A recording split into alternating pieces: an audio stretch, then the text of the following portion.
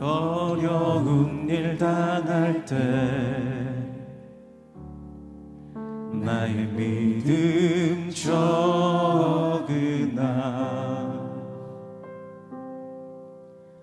의지하는 내 주를 더욱 의지합니다. 성령께서 내 마음 밝히 비춰주시니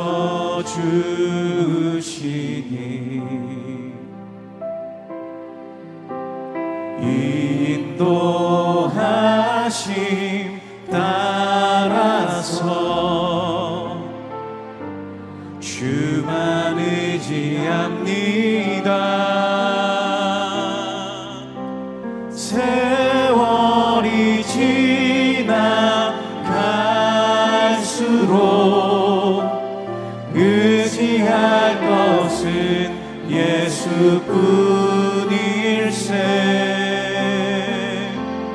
무슨 일을 만나도 예수 의지합니다.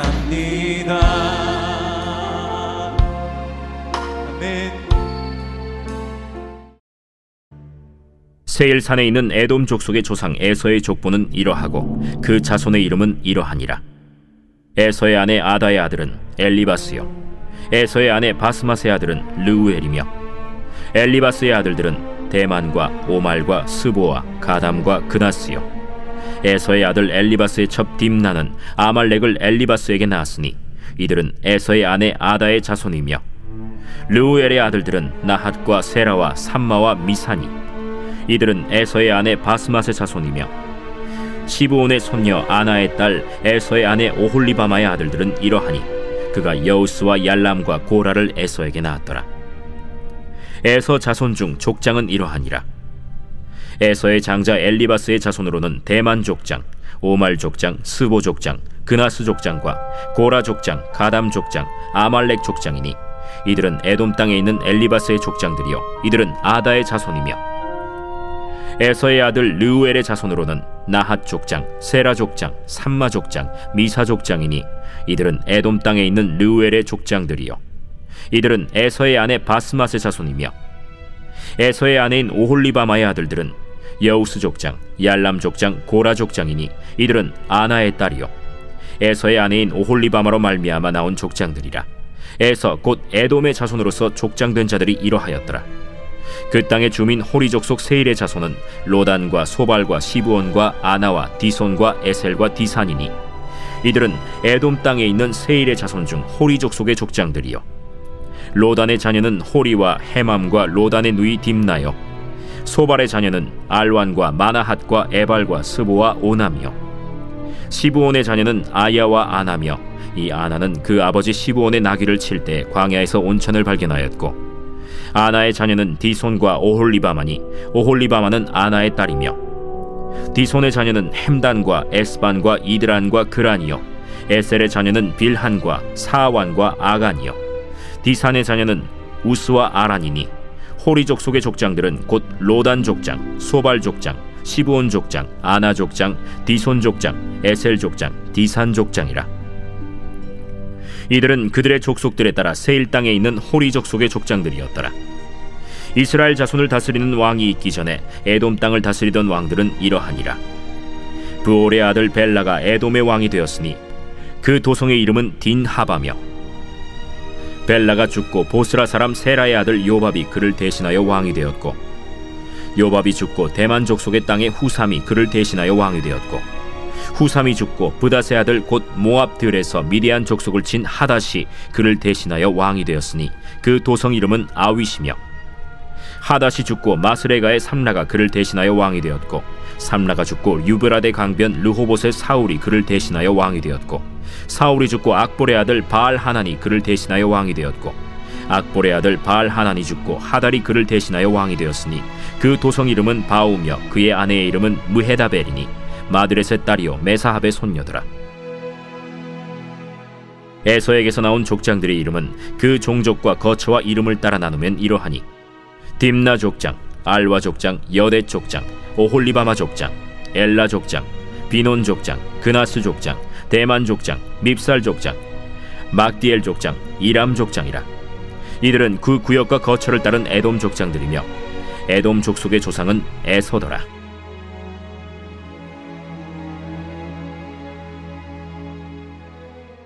미국의 베스트셀러 작가 중 한 사람인 이 데이비드 브룩스는 그의 책 인간의 품격에서 이 사람의 삶을 평가하는 두 가지 가치를 소개합니다. 하나는 이력서의 가치이고 다른 하나는 장례식의 가치입니다. 그는 우리가 세상에서 나를 증명하기 위해 쌓아 올리는 화려한 스펙, 직함, 권력, 재력을 의미한다고 말합니다.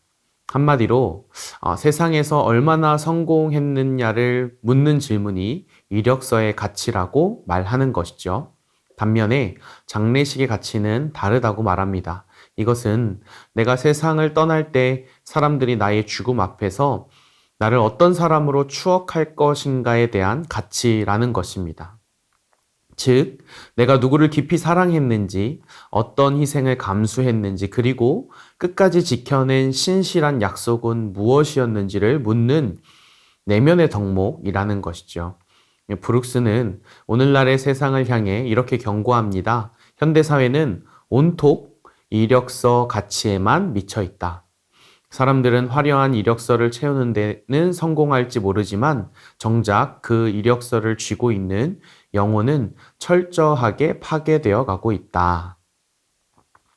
오늘 우리가 읽은 창세기 36장에는 성경 전체를 통틀어 가장 압도적이고 화려한 이력서 한 장이 등장합니다.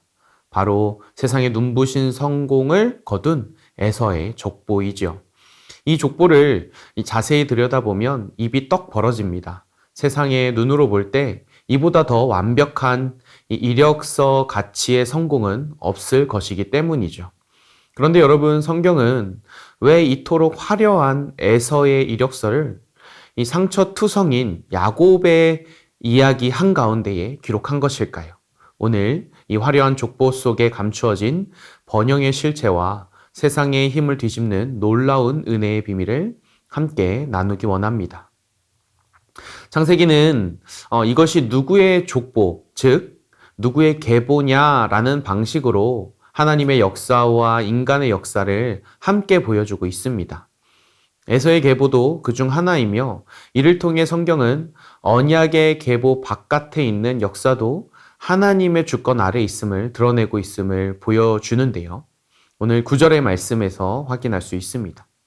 세산에 있는 에돔 족속의 조상 에서의 족보는 이러하고, 에서의 족보는 그냥 몇 명의 자손이 생겼다는 정도로 기록한 것이 아니라는 것이죠. 오히려 에서에게서 한 민족이 형성되었고 그 민족 안에 지도자들이 세워졌고 왕들이 등장했고 땅에 자리 잡은 질서가 생겼다는 것을 이 짧은 말씀의 한 구절을 통해 설명하고 있는 것입니다.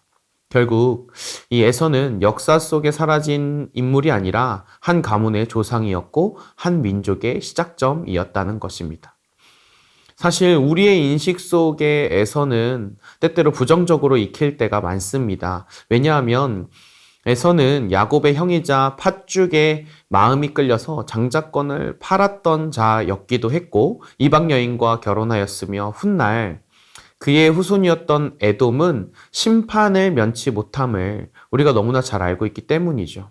또 말라기 선지자를 통해 내가 이 야곱은 사랑했고 에서는 미워하였다라는 말을 우리는 기억하고 있기 때문에 우리의 시선에는 야곱은 선택받은 자, 에서는 버려진 자라는 인식이 자연스럽게 깃들어 있다라는 것입니다. 그런데 창세기 36장은 그렇게 단순하게 읽히지 않습니다.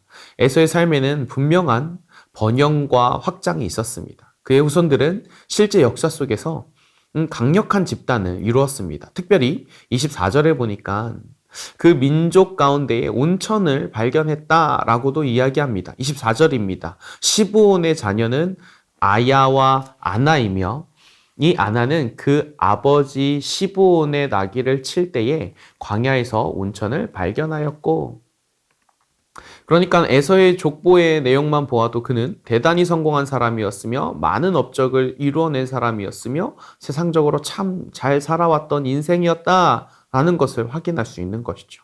그런데 여기서 발견하게 되는 한 가지 사실은 무엇입니까? 세상적 번영까지도 하나님 없는 우연적 성공은 없다는 것을 확인하게 되는 것입니다. 오히려 철저하게 하나님의 절대적인 주권과 말씀의 성취 아래서 이 이루어진 일이라는 사실을 우리는 확인할 수 있는 것이죠. 그것을 어떻게 알 수 있습니까? 우리가 잘 알고 있는 창세기 25장으로 거슬러 올라가 보면 야곱과 에서의 어머니 리브가가 쌍둥이를 잉태했을 때 하나님께서 이미 이렇게 예언하셨기 때문입니다. 25장 23절의 말씀인데요. 두 국민이 내 태중에 있구나. 두 민족이 내 복중에서부터 나누이리라. 이 무슨 이야기입니까? 비록 에서가 다윗의 계보를 이을 인물은 아니었지만 그럼에도 불구하고 그에게도 한 국민, 한 나라를 이루게 하시겠다 약속하신 것입니다.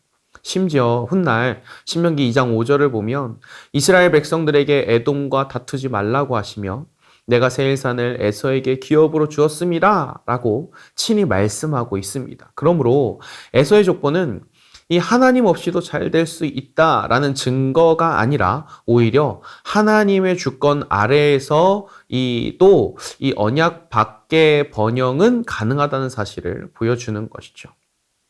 여러분, 사실 이것이 오늘날 우리에게 도전으로 다가올 때가 많이 있습니다. 왜냐하면 우리 눈앞에도 에서의 족보 같은 사람들이 많이 있기 때문입니다. 세상적으로 볼 때 커지고 이름이 나며 체계가 잡혀지고 있으며 힘이 생기는 것을 볼 수 있습니다. 반면에 우리 인생은 어쩌면 야곱과 같은지도 모르겠습니다.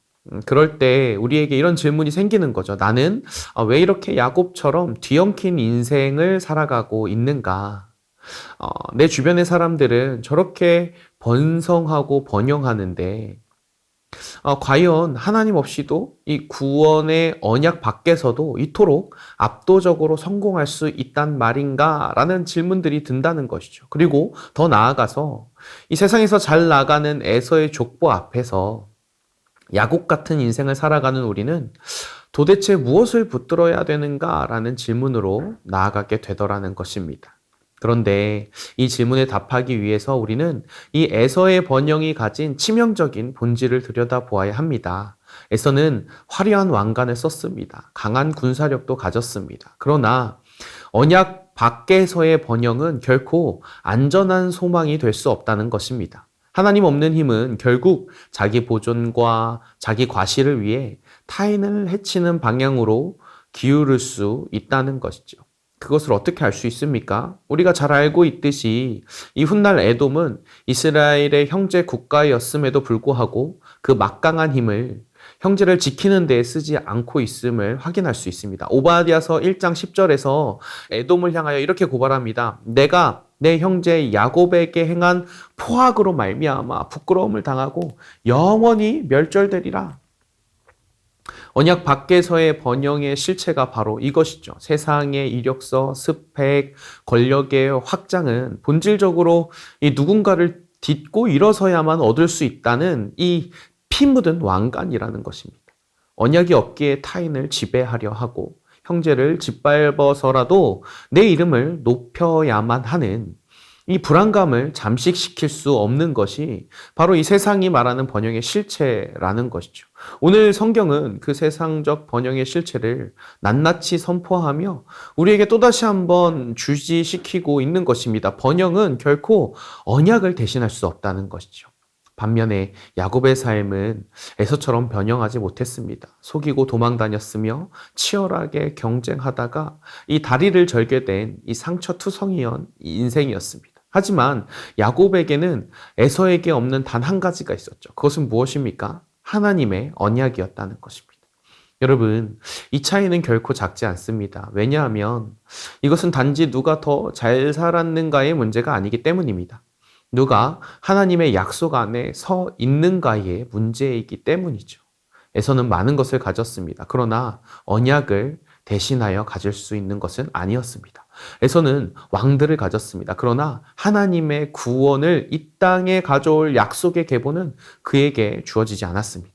에서는 이름을 남겼습니다. 그러나 그 이름 자체가 영원한 소망이 되는 것은 아니었습니다. 결국 세상적 번영은 하나님의 일반 은총적 은혜일 수는 있지만 번영 자체가 곧 언약의 증거는 아니라는 사실인 것이죠. 성공은 선물일 수 있지만 성공이 곧 구원은 아니라는 것입니다. 눈에 보이는 확장은 인상적일 수 있지만 그것이 영원한 보증은 아니라는 것이죠. 마지막으로 우리가 이 본문 앞에서 진짜로 마주해야 할 것은 야곱도 아니고 에서도 아닙니다. 형제가 형제를 짓밟고 올라서야만 살아남는 이 지독한 세상의 힘의 논리를 이 산산조각 내기 위해 찾아오신 우리의 참된 형제 예수 그리스도를 보게 하는 것입니다. 에서는 야곱의 형이었습니다. 에돔은 이스라엘의 형제였습니다. 하지만 그 형제 관계는 끝내 아름답게 유지되지 못했습니다. 특별히 16절에 보니까 그토록 이 이스라엘을 힘들게 하고 아파했던 아말렉이 등장하는 것을 볼 수 있습니다. 16절입니다. 고라 족장, 가담 족장, 아말렉 족장이니 이들은 에돔 땅에 있는 엘리바스의 족장들이요 이들은 아다의 자손이며. 여러분, 여기서 우리는 세상의 비극을 봅니다. 형제가 형제를 지키지 않습니다. 피해 왕관을 쓴 형제가 형제를 해칩니다. 가까운 사람이 더 깊은 상처를 남기기도 합니다. 혈육이 위로가 되기는커녕 세상에서 가장 무거운 짐이 되기도 하죠. 가장 가까운 자리에 있는 관계들이 나를 힘들게 할 수 있다는 것입니다. 마치 에서가 야곱을 해치려 했듯이, 에돔이 이스라엘을 끝까지 괴롭혔듯이 세상의 형제는 때로 우리를 지켜주지 못하고 오히려 우리를 아프게 한다는 것이죠.